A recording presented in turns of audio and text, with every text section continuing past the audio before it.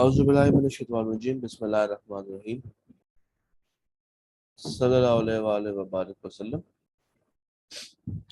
अस्सलाम वालेकुम। मुझे बताइएगा, आवाज़ और स्क्रीन क्या दोनों चीज़ें बिल्कुल क्लियर है?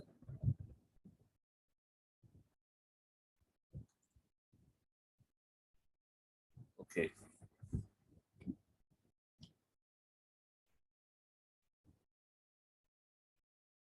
शुरू करते हैं आज का लेक्चर। हम लोगों ने इस वीक में बात करनी है परफॉर्मेंस के ऊपर और एजेंसी के ऊपर, यानी कि इस वीक में हम लोग अपना कॉन्ट्रैक्ट एक्ट ख़त्म करेंगे। तो हमारे पास जो अभी रिमेनिंग चैप्टर्स रह गए हैं, चैप्टर 6, चैप्टर 7 और चैप्टर 10। 6 और 7 बात करते हैं परफॉर्मेंस के ऊपर, और जो आपका चैप्टर नंबर 10 है वो बात करता है एजेंसी के ऊपर। तो एजेंसी को हम लोग पार्टनरशिप के साथ मिला के पढ़ेंगे, और 7 पहले पढ़ेंगे और उसके बाद चैप्टर नंबर 6। हालांकि सीक्वेंस में 6 पहले आना चाहिए, 7 बाद में आना चाहिए, बट हम लोग 7 पहले पढ़ेंगे और 6 बाद में पढ़ेंगे, क्योंकि 6 के अंदर आई कैप ने कुछ डिस्चार्ज ऑफ कॉन्ट्रैक्ट वाली बातें करती हैं।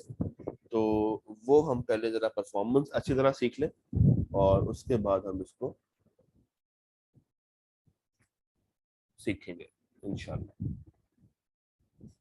ले जी, chapter number 7, performance of contract. बहुत मजे का चैप्टर है, इंटरेस्टिंग चैप्टर है, इसको देखते हैं। कुछ सवाल मैं आपसे करूंगा और आप लोगों ने मुझे उन सवालों के आंसर्स देने हैं। अगेन जरा मुझे बताइएगा, आवाज वगैरह सब कुछ क्लियर है?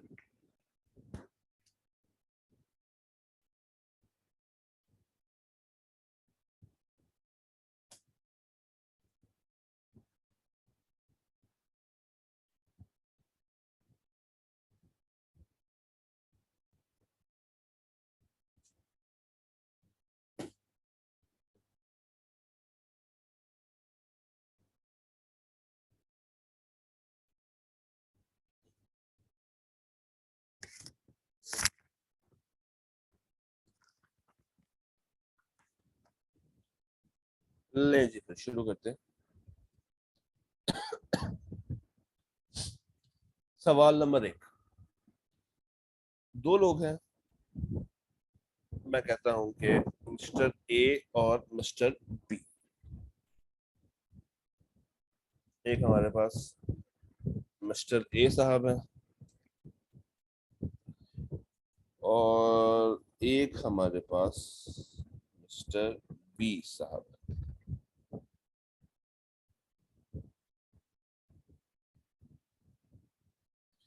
मिस्टर ए ने मिस्टर बी के साथ कॉन्ट्रैक्ट किया है, और मिस्टर ए ने मिस्टर बी को 10,000 रुपये देने हैं, और मिस्टर बी ने मिस्टर ए को इस 10,000 रुपये के बदले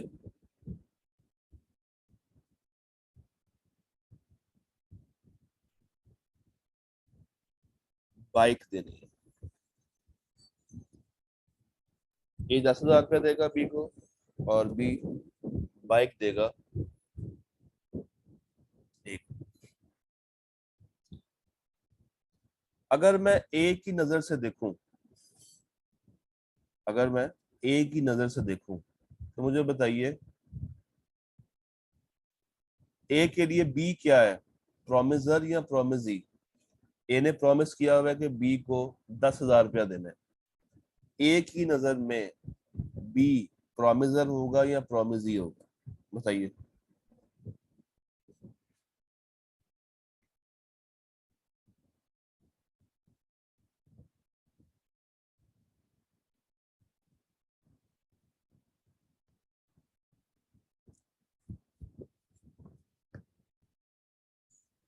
बी प्रोमिजी होगा और ए प्रोमिसर होगा। तो अगर मैं 10,000 रुपये का कॉन्ट्रैक्ट सिर्फ अपने माइंड में रखूं कि कॉन्ट्रैक्ट है कि ए ने बी को 10,000 रुपया देना है, तो 10,000 रुपये का कॉन्ट्रैक्ट में ए जो है वो प्रोमिसर है और बी जो है वो प्रोमिसर। अच्छा, अब हम जरा तवज्जो बदलते हैं। बाइक का जो कॉन्ट्रैक्ट हुआ, बी की नजर में देख के बताइए ए कौन है, प्रोमिसर या प्रोमिसी? बी की नजर से देखें, ए प्रोमिसर बनता है या प्रोमिसी बनता है? कॉन्ट्रैक्ट है कि बी ने ए को बाइक देनी।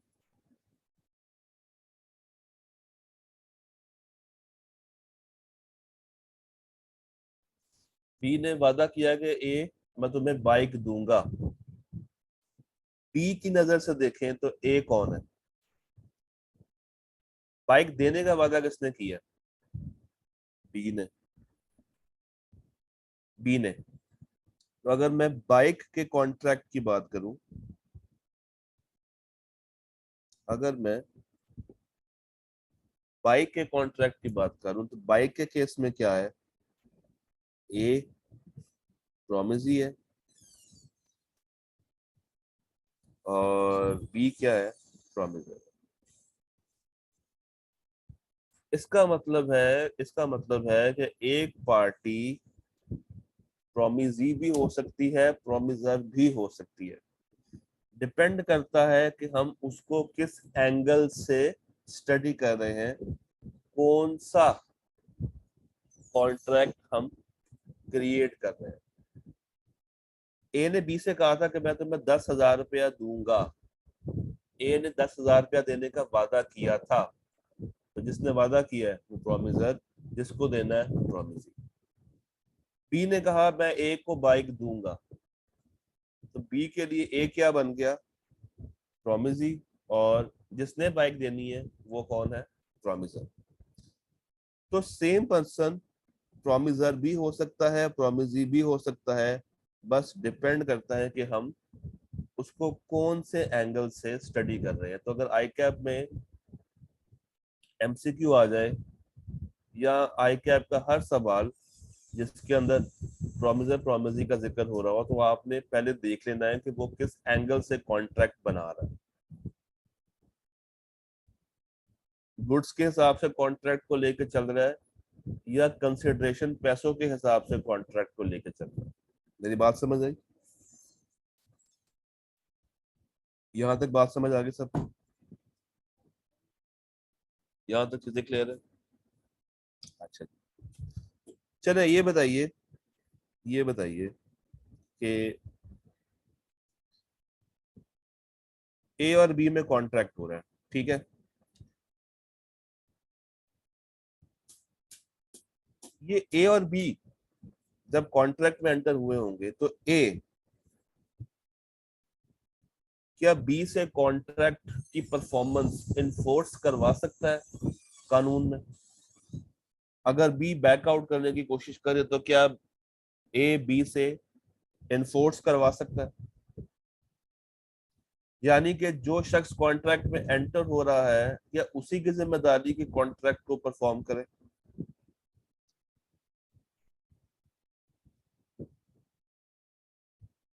अगर बी बाइक दे अगर बी बाइक देने में तंग करे, ए पैसे लेके खड़ा हो और बी कहे यार मैंने बाइक नहीं बेचनी, जब परफॉर्मेंस का टाइम आए तो ए पैसे लेके तैयार खड़ा है मगर बी तंग कर रहा है, बी कहता है यार मुझे अब बाइक नहीं बेचनी, तो क्या ए अदालत जाके बी से परफॉर्मेंस क्लेम करा सकता है?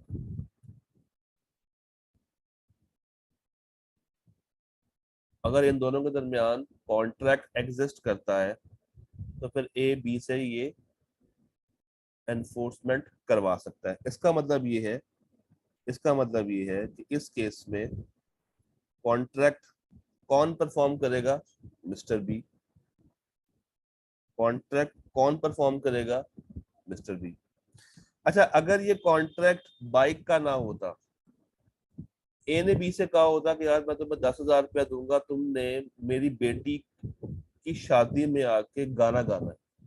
बी एक प्रोफेशनल सिंगर होता, बी एक प्रोफेशनल सिंगर होता और बी की डेथ हो जाती, तो क्या हम उसके एजेंट से या उसके लीगल रिप्रेजेंटेटिव से सिंगिंग करा सकते?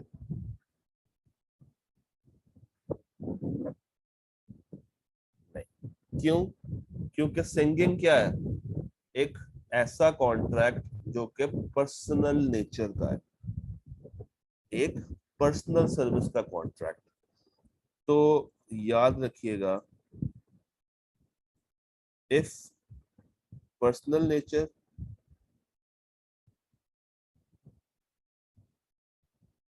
या पर्सनल स्किल, अगर इस तरह का कॉन्ट्रैक्ट किया हो और बी की डेथ हो जाए या बी पैरालाइज हो जाए, तो फिर क्या होगा? कॉन्ट्रैक्ट मुझे वहीं पे तोड़ना पड़ जाएगा और मैं सिर्फ कंपनसेशन ही क्लेम कर पाऊंगा उसके लीगल वारसान के साथ, बट मैं उनके लीगल वारसान को बुला के गाना नहीं गवा सकता। अच्छा, तीसरा केस, कॉन्ट्रैक्ट बाइक का ही है। वापस आ जाए बाइक वाले कॉन्ट्रैक्ट पे, वापस आ जाए, कॉन्ट्रैक्ट बाइक का ही है, मगर बी की डेथ हो गई और मरने से पहले बी स्टाम्प पेपर के ऊपर मेरे से कॉन्ट्रैक्ट करके गया होगा, तो क्या मैं ये कॉन्ट्रैक्ट उसके लीगल रिप्रेजेंटेटिव से पूरा करवा सकता हूँ?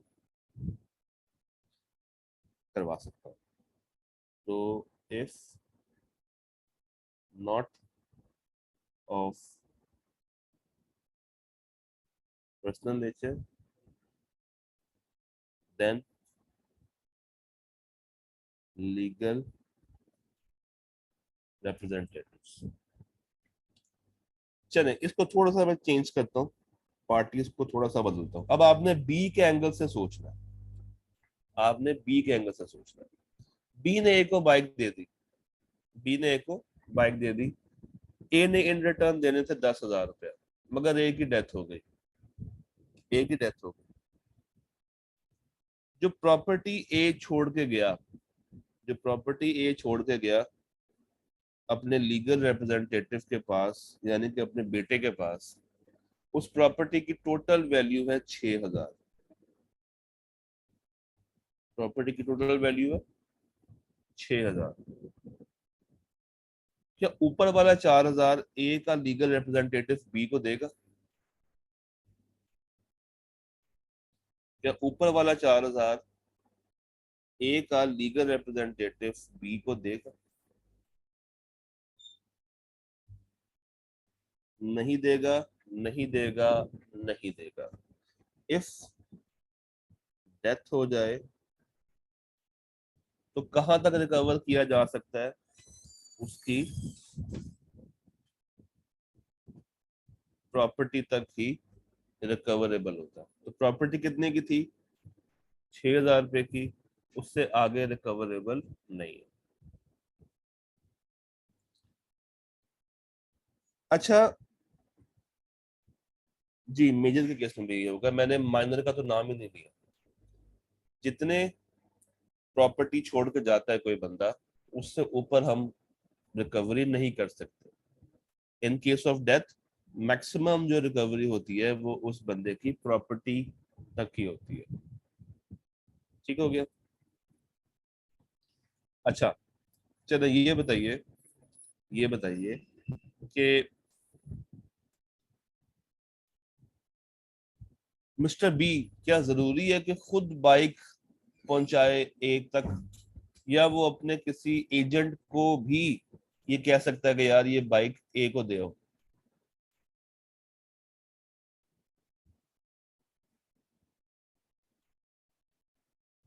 एजेंट को भी कह सकता है। अच्छा, आपने फी मुझे दी है या कॉलेज को दी? कॉलेज को दी। क्या आपको रोज सुबह एडमिशन ऑफिस वाला शख्स जिसने आपसे डील किया था वो आगे बढ़ाता है या उसका एजेंट बढ़ाता है? उसका एजेंट बढ़ाता है। इसका मतलब ये है कि परफॉर्मेंस परफॉर्मेंस जरूरी नहीं है कि कॉन्ट्रैक्चुअल पार्टी करे, कॉन्ट्रैक्चुअल पार्टी का एजेंट भी कर सकता है, एजेंट भी कर सकता है। ठीक हो गया, यहां तक चीजें क्लियर है? चले, एक छोटा सा न्यूमेरिकल दे रहा हूं, जरा मुझे बताइएगा, शॉर्ट स्वीट न्यूमेरिकल। 3 लोग हैं, ए बी सी। इन्होंने मिल के पैसे देने हैं एक्स के। पैसे कितने देने हैं? 9 लाख। ठीक है, यहाँ पे ए बी और सी इनकी जॉइंट एंड सेवरल लाइबिलिटी है। क्या मतलब? मतलब ये कि ये जो एक्स है, ये 9 लाख रुपया इनसे कंबाइन भी वसूल कर सकता है। जब ये तीनों एक जगह पे बैठे हों तो तीनों से जाके भी रिकवर कर सकता है, या एक्स इन तीनों में से किसी एक से भी रिकवर कर सकता है। लेट सपोज एक्स गया और 9 लाख रुपया रिकवर करके आ गया सी से। एक्स गया और 9 लाख रुपया रिकवर करके आ गया सी से।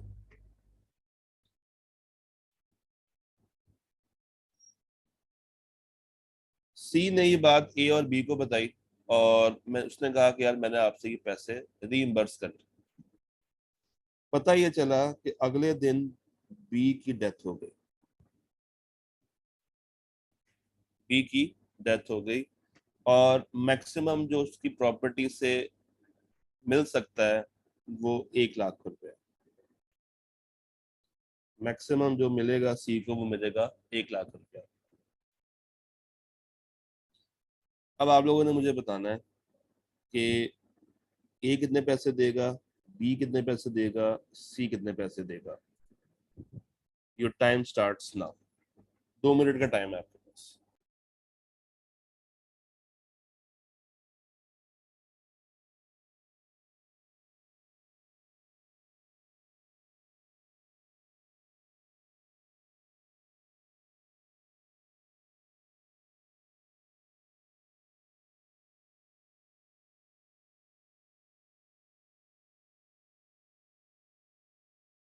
ले जी, आप लोगों ने मुझे कुछ आंसर्स दिए हैं, इवन दो के वो आंसर सही हैं, बट इसको जरा देखते हैं।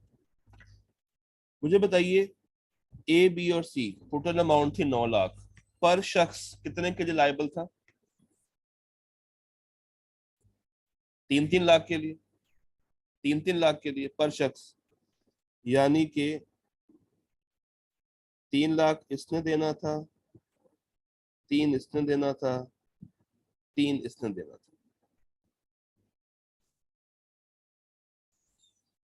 सी से वो 9 का 9 लाख रुपया लेके चला गया। उस 9 लाख में 3 लाख तो यही है। तो सी के पास जो रिकवरेबल अमाउंट बची अपना पैसा माइनस करने के बाद, वो बची, सी के पास जो रिकवरेबल अमाउंट बची अपना पैसा माइनस करने के बाद, वो बची 6 लाख। वो बची 6 लाख। ये गया मिस्टर बी के पास, मिस्टर बी से उसको मिला 1 लाख। मिस्टर बी से उसको मिला 1 लाख, पीछे रह गया 5 लाख। फिर ये गया मिस्टर ए के पास, मिस्टर ए से मिस्टर ए का हिस्सा रिकवर कर लिया 3 लाख, पीछे बच गया 2 लाख। ये 2 लाख का जो लॉस है, लॉस क्यों है? क्योंकि बी की प्रॉपर्टी से सी सिर्फ 1 लाख ही रिकवर कर पाया। तो ये जो 2 लाख रुपए का लॉस है, ये खाली मिस्टर सी बर्दाश्त नहीं करेगा। ये 2 लाख का लॉस खाली सी बर्दाश्त नहीं करेगा, ये सी के साथ ए भी बर्दाश्त करेगा, क्योंकि लाइबिलिटी क्या है? Joint and several. तो 3-3 लाख तो उन्होंने वैसे देना ही था। तो 2 लाख तकसीम 2, 1 लाख। तो 4 लाख प्लस 4 लाख प्लस 1 लाख। सी और ए 4-4 देंगे, बी ₹1,00,000 देगा। बात समझ आ गई?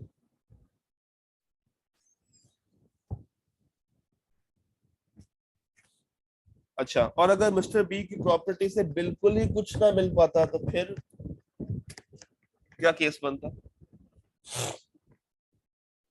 अगर मिस्टर बी की प्रॉपर्टी से कुछ ना मिल पाता फिर क्या होता? फिर दोनों 4.5 लाख रुपया अदा कर रहे होते। फिर दोनों 4.5 लाख रुपया अदा कर रहे हैं। चलो जी, हम लोगों ने बहुत सारी बातें ब्लैक स्क्रीन पे कर ली हैं। अब जरा किताब की बातें पढ़ लेते हैं। शुरू करते हैं। कॉन्ट्रैक्ट कौन कौन परफॉर्म करेगा? अगर तो मेरा कॉन्ट्रैक्ट पर्सनल नेचर का है, if a contract is of personal nature, या ये एग्री किया हुआ है, कॉन्ट्रैक्ट में लिखा हुआ है कि तुम्हारे अलावा और कोई परफॉर्मेंस नहीं देगा। फॉर एग्जाम्पल, आप मुझे कहते हैं कि सर आपने पढ़ाना है, और मैं किसी दिन क्लास में अपना टीए भेज दूं, अपना एजेंट बना के, तो आप लोग फिर एतराज करेंगे कि सर हमने कॉन्ट्रैक्ट किया था आपसे पढ़ने का, स्पेसिफिक आपसे पढ़ने का। तो जहां पे कॉन्ट्रैक्ट ही पर्सनल नेचर का हो, या एग्री किया जाए कि कॉन्ट्रैक्ट ये शख्स ही करेगा, तो फिर ये प्रॉमिसर की जिम्मेदारी। हाँ, जहां पे एजेंट को मैं इन्वॉल्व कर सकता हूँ वहां पे मैं एजेंट को इन्वॉल्व करता हूँ। For example test, for example assignments. तो इस तरह का कॉन्ट्रैक्ट मेरा एजेंट भी चला रहा होता है। लीगल रिप्रेजेंटेटिव वाली बात हमें समझ आई कि डेथ के केस में क्या होगा। डेथ के केस में क्या होगा। और अगर पैसों की बात है तो लाइबिलिटी डिसीज्ड की सिर्फ उतनी अमाउंट तक होगी जितनी अमाउंट की वो प्रॉपर्टी है, जितनी अमाउंट की प्रॉपर्टी वो लीगल रिप्रेजेंटेटिव्स को दे के गया। इवन थर्ड पार्टी भी कॉन्ट्रैक्ट परफॉर्म कर सकती है अगर प्रॉमिसी मान जाए, प्रॉमिसी की कॉन्सेंट उसमें हो। और जॉइंट प्रॉमिसर के केस में, यानी कि ए, बी और सी के केस में, यही बातें फिर से रिपीट होती है कि अगर इनमें से कोई एक मर जाए तो फिर उनके डिसीज्ड, अगर जिंदा है तो वो शख्स खुद, उसका एजेंट, और अगर सारे मर जाएं तो फिर सबके ही लीगल रिप्रेजेंटेटिव्स। इसको हम कहते हैं डेवोल्यूशन ऑफ जॉइंट राइट्स, यानी कि ट्रिकल डाउन इफेक्ट। एक दफा ये पूरी स्लाइड पढ़ लें।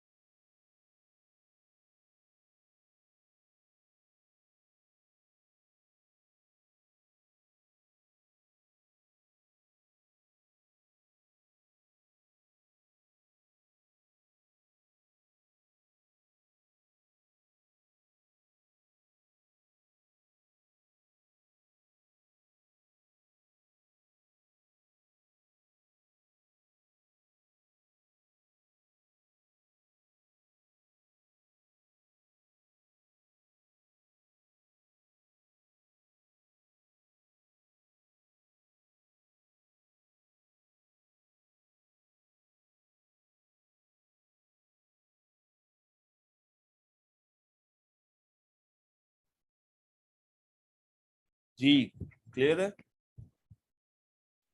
क्या भी रीड कर रहे हैं? बात समझ आ गई? कौन कौन परफॉर्मेंस दे सकता है?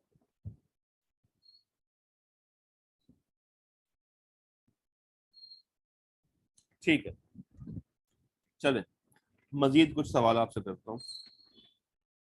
अगर मैंने कॉन्ट्रैक्ट के अंदर टाइम स्पेसिफाई किया हुआ है, मैंने लिखा हुआ है कि ये चीज इस दिन होगी,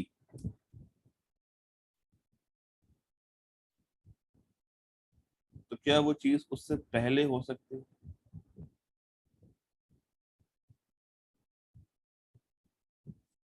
अगर मैंने कॉन्ट्रैक्ट में मेंशन किया कि यार तुमने 27 तारीख को मुझे बाइक डिलीवर करनी है, और 23 तारीख को वो शख्स मुझे मार्केट में मिले और कहे सर सर सर अपने बाइक ले जाएं, मैं क्या कहूंगा? मैं कहूंगा यार 27 का कॉन्ट्रैक्ट है, अभी तो मैं सामान लेने के लिए आया हूं मार्केट में, तुम मुझे कैसे फोर्स कर सकते हो कि बाइक ले जाएं 23 को? अच्छा, 23 को उसने मुझे कहा कि सर बाइक ले जाएं और मैंने उससे बाइक नहीं ली, तो क्या वो ये कह सकता है कि मैंने ब्रीच किया? क्या वो ये कह सकता है कि मैंने ब्रीच किया? नहीं कह सकता। क्यों? क्योंकि असल कॉन्ट्रैक्ट की डेट क्या है? 27।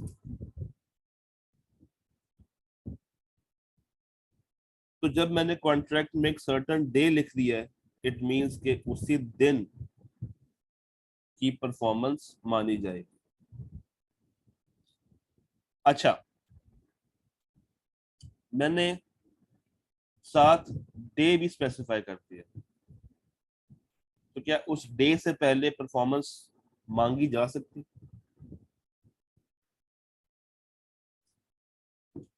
नहीं मांगी जा सकती।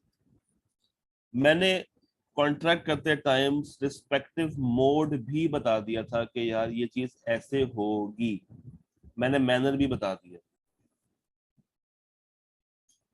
और अगर उस चीज पे, उस मैनर पे परफॉर्मेंस ना दी जा रही हो, तो क्या वो वाली परफॉर्मेंस मुझे काबिल कबूल हो?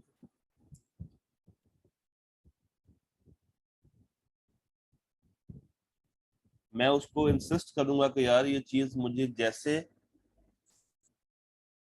तय की गई थी उसको वैसे ही अदा करो। तो जहां पे टाइम स्पेसिफाई कर दिया, वो उस टाइम में होनी चाहिए। जहां पे डे स्पेसिफाई कर दिया, वो उस डे पे होनी चाहिए। जहां पे कोई प्लेस फिक्स कर दी है, तो वो उस प्लेस पे होनी चाहिए। तो मैनर, टाइम, डे, प्लेस जब डिसाइड कर दे प्रोमिसर, और प्रोमिस ही उसको मान ले, प्रॉमिस ही उसको मान ले, कॉन्ट्रैक्ट हो जाए, तो फिर अगर वो उससे बैकआउट कर रहा है, इसका मतलब है कि ब्रीच कौन कर रहा है? प्रॉमिस।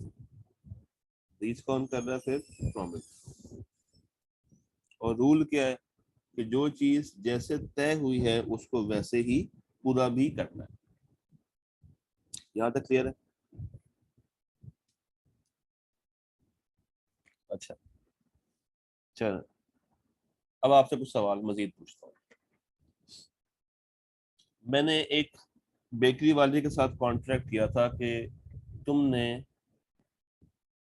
एक खूबसूरत सा केक बना के, केक का डिजाइन भी मुझको देना है, मुझे भेजना है, मेरे घर पे डिलीवर करवाना है, और इस दिन कितने बजे ये केक पहुंच जाना चाहिए, क्योंकि मेरी बेटी की बर्थडे है। ठीक है? अगर वो केक एक दिन पहले पहुंच जाए, तो क्या मैं वो केक रिसीव करूंगा? नहीं। अगर वो केक मेरे घर पे ना आए, मेरी फैक्ट्री पे पहुंच जाए, तो क्या वो केक मैं रिसीव करूंगा? जी, क्या वो मुझे केक रिसीव करना चाहिए? अगर एक शख्स से मेरा कॉन्ट्रैक्ट हुआ था कि तुमने मुझे गंदम सप्लाई करनी है, तो वो गंदम मुझे फैक्ट्री पहुंचनी चाहिए या घर पहुंचनी चाहिए? फैक्ट्री पहुंचनी चाहिए। और अगर वो रात के 2 बजे रात के 2 बजे मेरे घर के बाहर ट्रक लेकर आ जाए, तो क्या वो मुझे परफॉर्मेंस एक्सेप्ट करनी चाहिए या नहीं करनी चाहिए? और अगर मैं वो परफॉर्मेंस एक्सेप्ट नहीं कर रहा, तो क्या वो कल को अदालत में ये साबित कर सकता है कि सर मैंने तो अपनी परफॉर्मेंस देने की कोशिश की थी, इन्होंने कबूल नहीं की? क्यों? क्योंकि रीजनेबल मोड नहीं है, रीजनेबल प्लेस नहीं है, रीजनेबल टाइम नहीं है।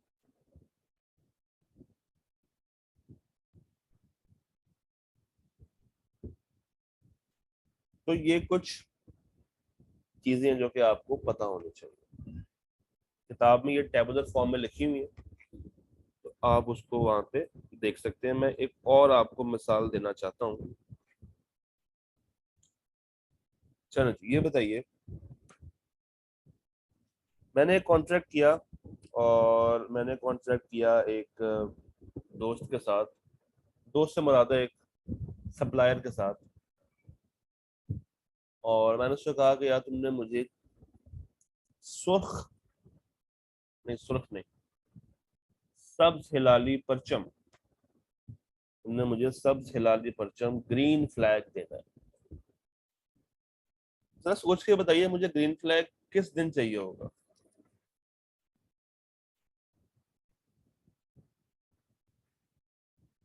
मुझे वो ग्रीन फ्लैग की जरूरत किस दिन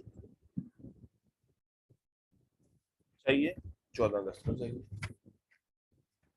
तो उसको मैंने बता दिया, मैंने कहा यार मुझे 14 अगस्त से एक दिन पहले, यानी कि 14 अगस्त से पहले पहले तुमने मुझे, एक दिन नहीं कहा, मैंने कहा यार 14 अगस्त से पहले पहले तुमने मुझे ये झंडा सप्लाई कर देना है इतने साइज का बना के।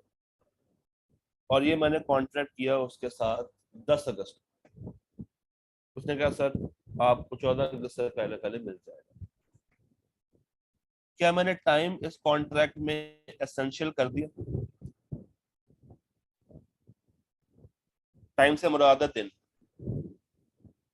टाइम डजंट मीन के घड़ी वाला टाइम, टाइम का मतलब दिन भी होता है। क्या टाइम स्पेसिफाई है? ठीक है। अच्छा, अगर मैं उसको ये ना बताता, अगर मैं उसको ये ना बताता कि मुझे 14 अगस्त को चाहिए, और मैं ऑर्डर दे देता 10 अगस्त वाले दिन एक green flag, Pakistani green flag, तो क्या ये इम्प्लाइड कंसिडर किया जाता कि मुझे ये फ्लैग किस दिन चाहिए होगा?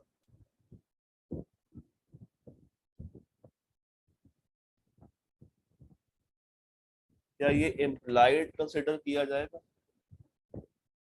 कि मुझे ये फ्लैग किस दिन इस्तेमाल करना है? ठीक है, इसका मतलब है कि ये चीज दूसरी पार्टी तक पहुंच गई, कम्युनिकेट हो गई। टाइम को मैंने एसेंशियल कर दिया, वेदर एक्सप्रेसली या इम्प्लाइड। टाइम का मैंने कॉन्ट्रैक्ट का एक जरूरी एलिमेंट बना के रख दिया। ठीक है। अच्छा, हुआ ये कि वो शख्स 14 अगस्त वाले पूरे दिन मुझे झंडा डिलीवर करके नहीं गया। अच्छा, अगर वो झंडा मुझे 12 अगस्त को दे जाता, 13 अगस्त को दे जाता, तो क्या मैं उसको लेने से इनकार कर देता? मैंने क्या क्या कहा था? 14 अगस्त से पहले पहले मुझे डिलीवर कर जाना। तो रीजनेबल टाइम ऑफ डिलीवरी क्या बंदी? 11 अगस्त, 12 अगस्त, 13 अगस्त और 14 अगस्त। अगर 15 अगस्त को वो आए, नॉक करे और कहे कि सर ये रहा आपका झंडा, ये रहा आपका झंडा, तो क्या वो झंडा मुझे कबूल कर लेना चाहिए? क्या उसको मैं एक्सेप्ट कर लूं?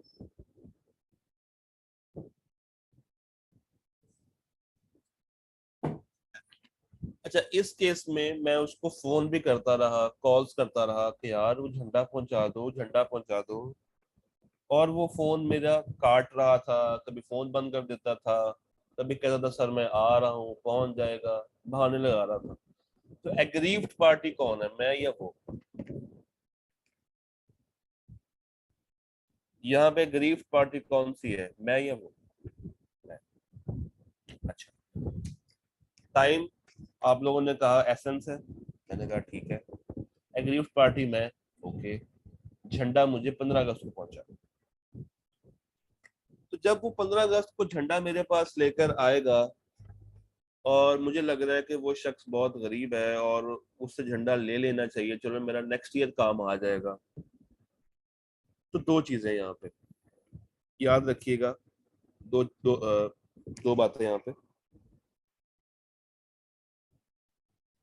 पहली चीज, अगर तो टाइम एसेंशियल है और टाइम पे डिलीवर नहीं हुआ, मैं एग्रीव पार्टी हूँ, और एग्रीव पार्टी आपको पता है कि चीजें और कॉन्ट्रैक्ट वॉइडेबल उसके लिए बन जाते हैं, चाहे तो मान ले चाहे तो ना माने। अगर मैं झंडा उससे कबूल कर लूं, झंडा अपने हाथ में पकड़ लूं, इसका मतलब क्या होगा कि मैंने कॉन्ट्रैक्ट वैलिड कर दिया, ऐसा ही है। और अगर मैंने झंडा उससे नहीं पकड़ा और उसको मैंने कहा जाओ तुम वापस चले जाओ, मुझे ये झंडा अब नहीं चाहिए, अगर मैं उस वॉइडेबल को वॉइड कर दूं और उसको वापस भेज दूं, तो क्या ये राइट मेरे पास है? बीइंग एन एग्रीव्ड पार्टी, क्या ये राइट मेरे पास है? अच्छा, लेट सपोज मैं उसको कहता हूँ कि यार तुम ये झंडा लेके चले जाओ, मुझे तुमसे ये झंडा नहीं चाहिए। मैं मार्केट से जाके उसको दिखाऊंगा, मैंने कहा यार देखो यही झंडा तुमने मुझे देने का वादा किया था 800 रुपए का, मैं मार्केट में जाके इसी झंडे को 1000 रुपए में लेकर आया हूँ, अब मुझे तुम्हारा झंडा नहीं चाहिए, ये कह दूंगा, तो क्या बस ये कह के उसको जाने दूंगा या उससे कुछ ऑर्डिनरी डैमेज क्लेम करूंगा? क्या उससे ये कुछ ऑर्डिनरी डैमेजेस लूंगा? 800 का मेरा उसके साथ कॉन्ट्रैक्ट हुआ था, 1000 रुपए में मुझे वही झंडा बाहर से मिल गया, तो क्या 200 रुपए का ऑर्डिनरी डैमेज मेरा लेना बनता है उससे? क्या 200 रुपए का ऑर्डिनरी डैमेज मेरा उससे लेना बनता है? तो वॉइडेबल के केस में जब टाइम एसेंस है, गौर कीजिएगा, अगर मैं उसको वॉइड कर रहा हूं तो मैं उससे ऑर्डिनरी डैमेजेस क्लेम करूंगा, मैं उससे ऑर्डिनरी डैमेजेस क्लेम करूंगा। अच्छा, क्या मैं उससे ये कह सकता हूँ कि यार तुम्हारे झंडा ना देने की वजह से मेरी बिजनेस मीटिंग में नुकसान हो गया है 1 करोड़ रुपए का, तो तुम मुझे वो 1 करोड़ रुपया भी देके जाओ? क्या मैं रिमोट और इनडायरेक्ट लॉस क्लेम करूंगा? नहीं करूंगा। यहाँ तक क्लियर है? यहाँ तक बात समझ आ गई सबको? कोई परेशानी तो नहीं है?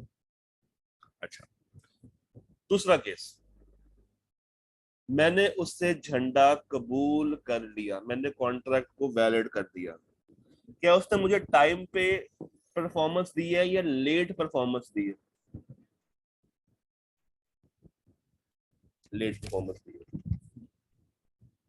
लेट परफॉर्मेंस अगर आप कबूल कर रहे हैं, वॉइडेबल को वैलिड कर रहे हैं, तो याद रखिए मैं उससे स्टिल कंपनसेशन ले सकता हूं, बट कंपनसेशन क्लेम करने से पहले मुझे उसको नोटिस देना पड़ेगा, यानी कि बताना पड़ेगा उसको। मैं साफ साफ बताऊंगा कि यार अगर तो तुम मुझे ये झंडा देकर जाओगे और मैं झंडा तुमसे कबूल करूंगा, तो मैं तुमसे इतने रुपए का हर्जाना लूंगा। अगर तो मैंने उसको नोटिस दे दिया है हर्जाने का कबूल करने से पहले, अपने हाथ में झंडा पकड़ने से पहले, तो फिर वो शख्स मुझे पैसे देगा तब मैं वो झंडा कबूल करूंगा। और अगर उसको मैंने कोई नोटिस नहीं दिया, कुछ भी नहीं कहा, सिर्फ झंडा कबूल कर लिया, अपने पास रख लिया, तो बाद में मैं उससे कोई कंपनसेशन डिमांड नहीं कर सकता। M I clear?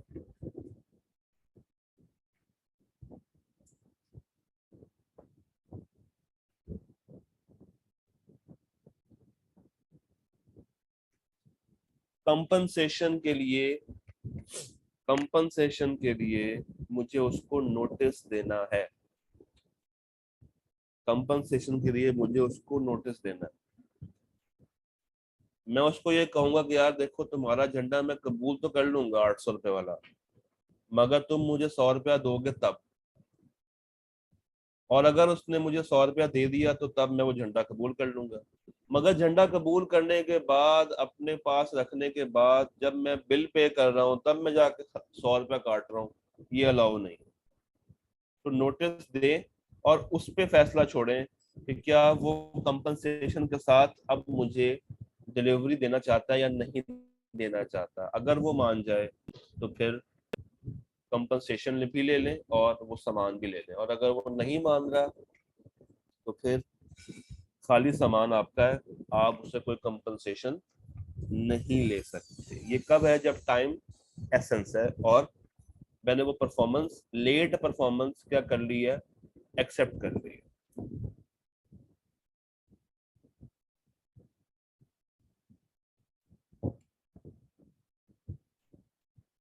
बात समझ आई?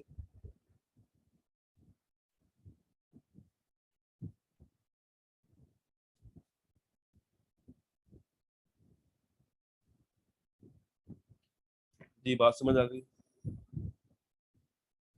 अच्छा, दूसरी तरफ आए। अगर टाइम एसेंस नहीं है, अगर टाइम एसेंस नहीं है, टाइम को इतना जरूरी फैक्टर नहीं है कॉन्ट्रैक्ट को पूरा करने में,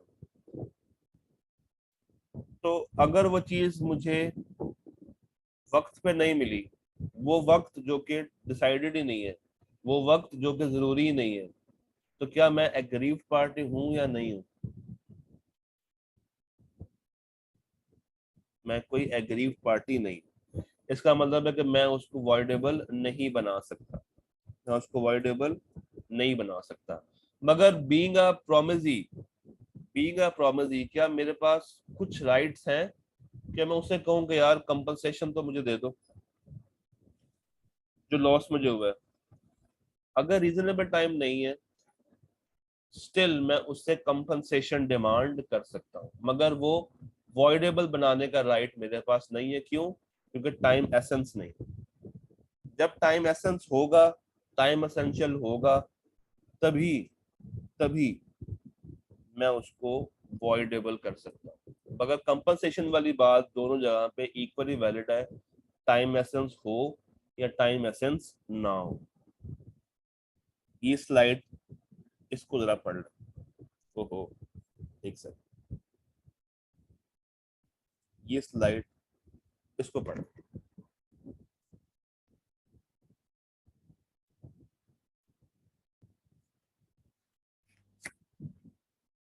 जब आप ये स्लाइड पढ़ लो तो मुझे बताइएगा, आपको यही चीज मैं एक मैप के फॉर्म में भी दिखाता हूँ।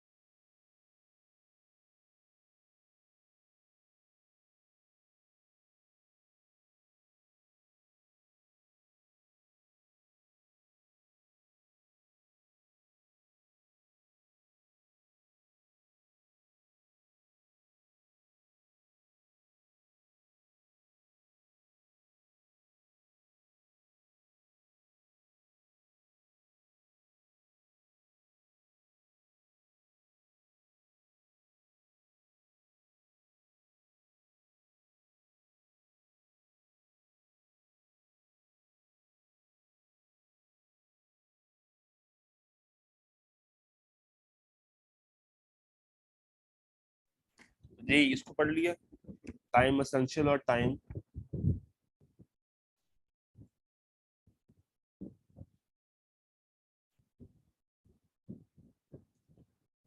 जब आपको ये बात समझ आ गई है तो फिर इसी चीज को मैप की फॉर्म में भी नोट डाउन कर लें।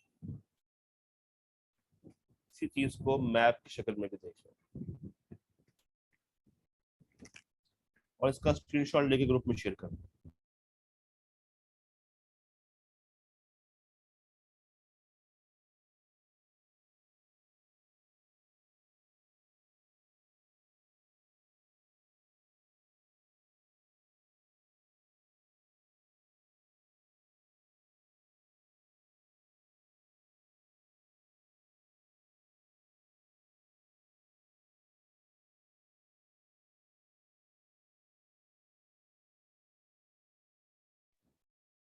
फिर एक चीज हम लोगों ने देखी थी और वो ये है, इसको भी देख लें। इसमें कुछ नहीं है, बस वही बात देखी हुई कि टाइम एसेंस होगा तो टाइम पे करना है, मोड जब स्पेसिफाई कर दिया तो उस मोड पे करना है। ये सारी बेसिक बेसिक बातें हैं। ठीक है जी, तो लेक्चर को यहीं पे एंड करते हैं। चैप्टर 7 हमारा कल कंप्लीट हो जाएगा और हम कल ही 6 में भी दाखिल हो जाएंगे। तो 7 के अंदर हमारा जो एक मेन टॉपिक रह गया वो है रेसिप्रोकल प्रॉमिसेस। कल उसमें टाइम लगाएंगे और उसके बाद 6 में एंटर हो जाएंगे। डन। जितना आपने आज पढ़ा उसको रिवाइज करके आइएगा। मैं दोबारा बता दूं, 6 और 7 दोनों ही इंपॉर्टेंट एरियाज हैं और ICAP के ज्यादातर सवाल इन दोनों के साथ मिलकर आ रहे होते हैं। डन। कल मिलते हैं मजीद बातों के साथ, तब तक के लिए अल्लाह हाफिज।